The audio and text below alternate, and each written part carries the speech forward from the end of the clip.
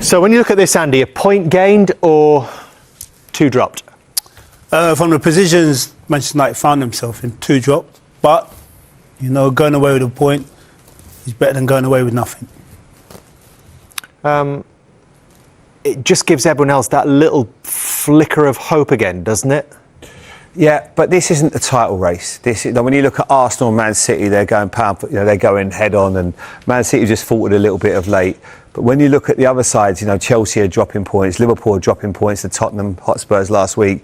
Aston Villa have gone on a bit of a bad run. So it might end up not being a bad point, but it just all depends. It can flip very quickly. If the other teams win, if Chelsea go to Everton this weekend, get 3 points, all of a sudden they're straight back into it again. So I think up until the end of the season, there's going to be a lot of twists and turns in that top 4, looks like 5 race. So time will tell. But I always just feel, not just because I watched so much of Bournemouth, anytime you get anything against them, it's not the worst result. We've seen Liverpool go there and get chinned last minute. Well, they are such an excellent side. They're unbelievable. They're so fit, strong, the way they get after teams, great energy, good interchange, as Andy said. They're so hard to play against. So you've always sort of just got to take what you can when you go there. They've been excellent in both games against them this season. And lose very few games at home as well. I suppose, we talk about Michael Carrick, and obviously the conversation continues to be around him because it is such a big job being the Manchester United manager, and right now its position seems vacant.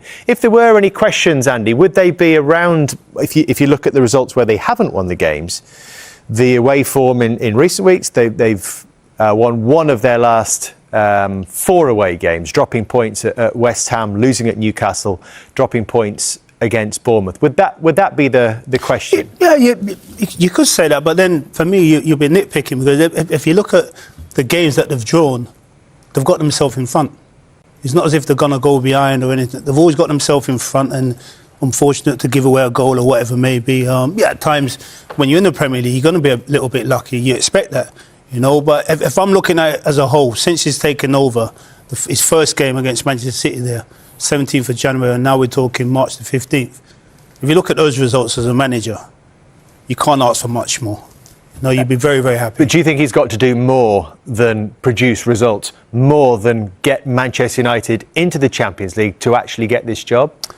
Now, like I said at the start of the show, that's totally out of my hands. Don't be backing off again. I mean, it's not. But if you're a manager, for instance, if I'm a manager and I come in as an interim manager and I'm getting those results, what more can you ask for? That's what they wanted from him. They said to him, go out there, win football matches as many as you can. When you do that, who can really complain and say, oh, you've not done this, you've not done that, or you've not got a result there, or whatever maybe? I just think since he's gone in, whatever he's done a brilliant job. He's galvanised the club. Oh, yeah. You can see the players, they're enjoying it. They've had a lot of managers, I don't think the players, for whatever reason, have respected. Now, does he get it long term? Who knows? What other candidates are out there? He's done himself no harm whatsoever. Andy said a great point at the start of the show. If it's not here and he doesn't end up getting the job, he will be on someone's radar because of the job that he's done. He showed he could because he's still a very young manager in terms of managing in the Premier League. He still could have become a really good manager. And you get the feeling as well, Jamie, that he is making everyone else's life easier at Old Trafford, including the people he's got to manage up to, as well as the players and the coaches around him. Yeah, he's a bright boy. He understands the game. He knows the remit. He's gone in there and just not complicated things. Played players in the right positions. Got your best players feeling confident, enjoying themselves. He's gone back to a back 4, which the players seem to be a lot comfortable with. He's just done the right things, he's made it look easy. I think that is him as a person, though. Yeah. If you look at the way he played, you look at the way he's managing now. He's exactly the same person. He never screams and shouts. Listen to his interviews there. That is Michael Carrick.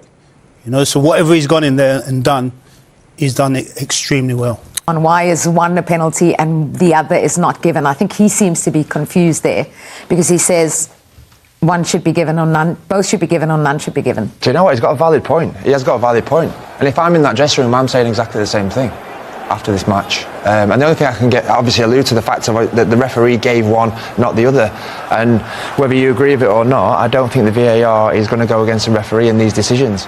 the two penalties could be given or not given in a way, do you know, because of how soft they are. For some people it's a pen, for other people it's not. So I don't think the VAR are going to intervene and go against the referee in any of them situations. Well, unless it's a obvious error, and I don't think they thought that there was and agreed with the weight of the on-field decision.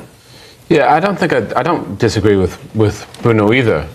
I think that's the tricky thing. You look at one and look at the other and think there's actually not much in it. There's more in the Maguire-Evan-Nielsen one. I think Trueface just got to be careful. I think when you put the hands on a player, and again, he's not trying to play the ball, is he? I mean, the only thing I just think Ahmad goes down a little bit too easy. He obviously feels the contact and he goes down too easily. Could he maybe have got a shot off or played a little reverse pass into, is it Cunha there? I mean, this one, Harry's he gets done by the ball in the touch and then he just gets caught wrong side. So then your natural reaction is to reach out. Owen, do you think this one is a bigger decision to not give because of where it is in the 18-yard box? For example, Ahmad's coming inside his pure bodies. It could be blocked. It could have a shot that goes wide, for example. There you clear through one-on-one. I think, does that play into the referee's mind, you probably. think? I think Bruno made a really good point. I think once he's already give one, I don't think they'll give another one unless it's an absolute stonewaller. So I know they probably don't like us saying that. Yeah. But I think it does come into play. You think I've already give one, I shouldn't really give another one. You know, it's an away game. Yeah. The second one is obviously clearer. So I think Bruno's right, but in the end, I think they came to the right call on both. Yeah, I was going to ask you how much of a factor do you think Bruno's comments about already giving them a penalty would have been. Now, we've heard from the Manchester United captain. Let's hear from the manager. Here's Michael Carrick's post-match thoughts. Michael, very dramatic second half in particular today. There'll be some regrets probably that you haven't won the game.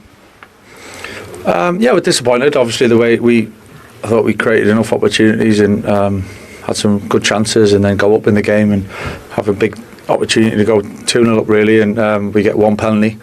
We don't get the other. It's exactly the same thing really. A grab, two-hand grab, and we get one. We don't get the other, which I don't know. Well, he's definitely got one wrong, so I don't know which one he's got wrong, but he doesn't give us the second one, which I think they're both penalties. And it's a massive moment in the game, and then it ends up chaos after that. So, yeah, massive moment in the game, and I don't understand how you can give one and not the other. It's crazy. Yeah, it's a good point, and obviously the ball's in the back of your net while that check is going on, which just adds to the kind of chaos. Yeah, it's just as obvious as you can get when you've already given one, to not give the other one. It's clear. If that's what you believe is a penalty to start with, then the second one has to be. I don't understand how you can't give that, and then obviously to go back and not give it then, and the goal and everything, and after that it was just chaos really. So I was really pleased with the boys at the end, going through the 10 men and seeing the game out and taking a point from it. I think that's a real positive.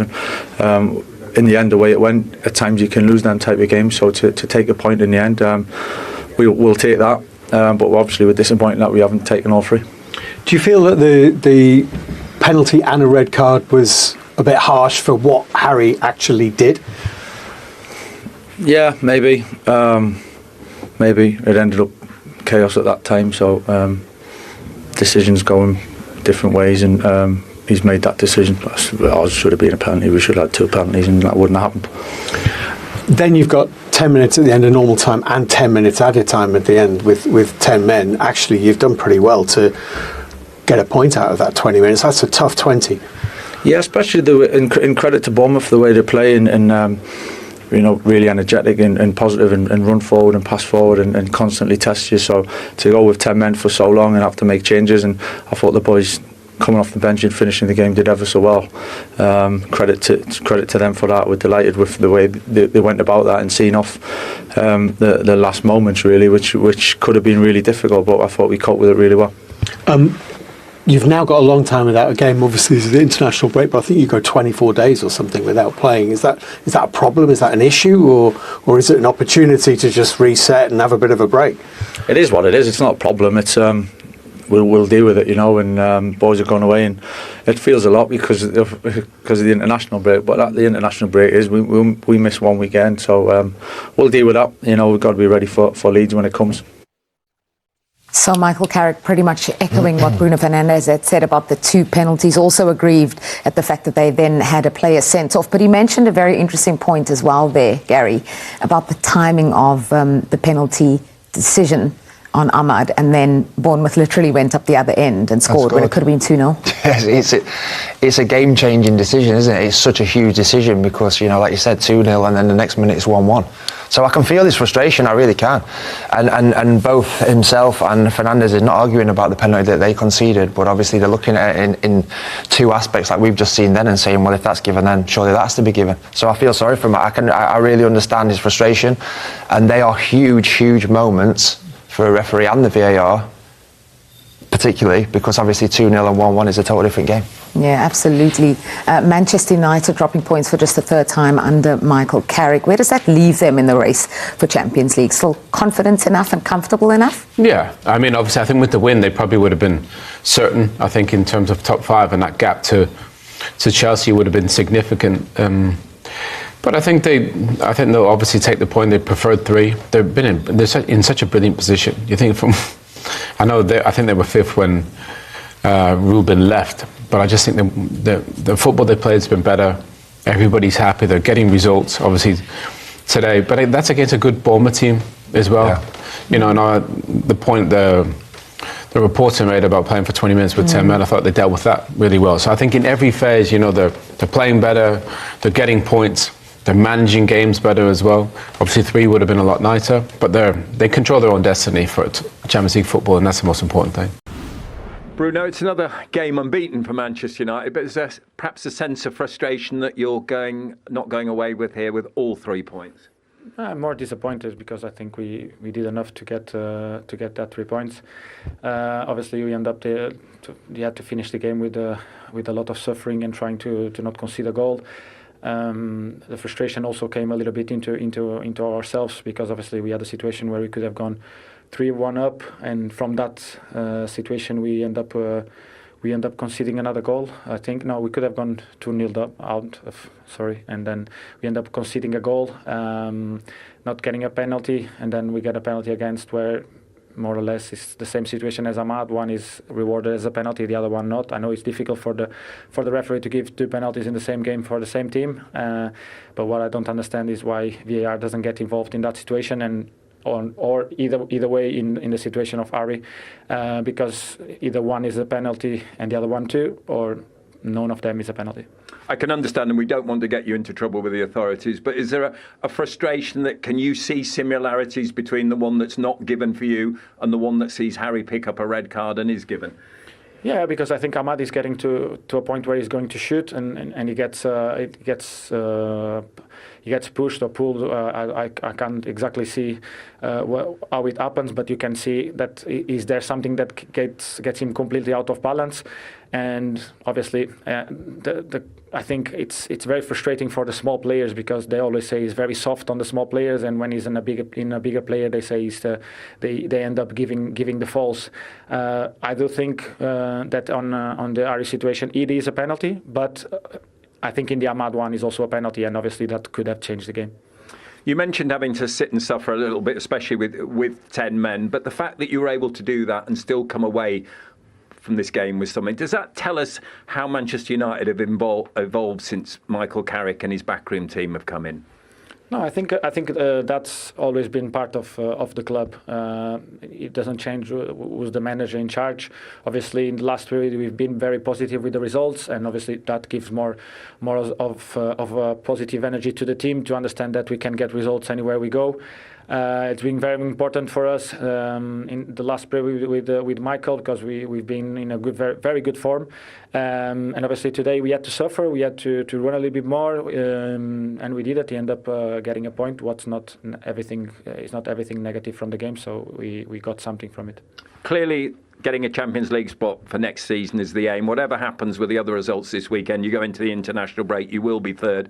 Could it be higher than third, the way this Manchester United team are playing and believing in themselves come the end of the season? No, what it could be better is that in the next game we have to get the 3 points that we didn't got today. That's all. We need to go game by game because Premier League is very tough. We have a lot of competition to play against in this moment because Villa is very close to us, Liverpool and Chelsea also, so we need to be aware of that. But our aim is looking forward and try to get the 3 points. Not that we're not going to be looking at them, but we know that we have to run away from them, and the best way to do is getting points. And if you're going to get closer to the one in front of you, you still have to get the 3 points.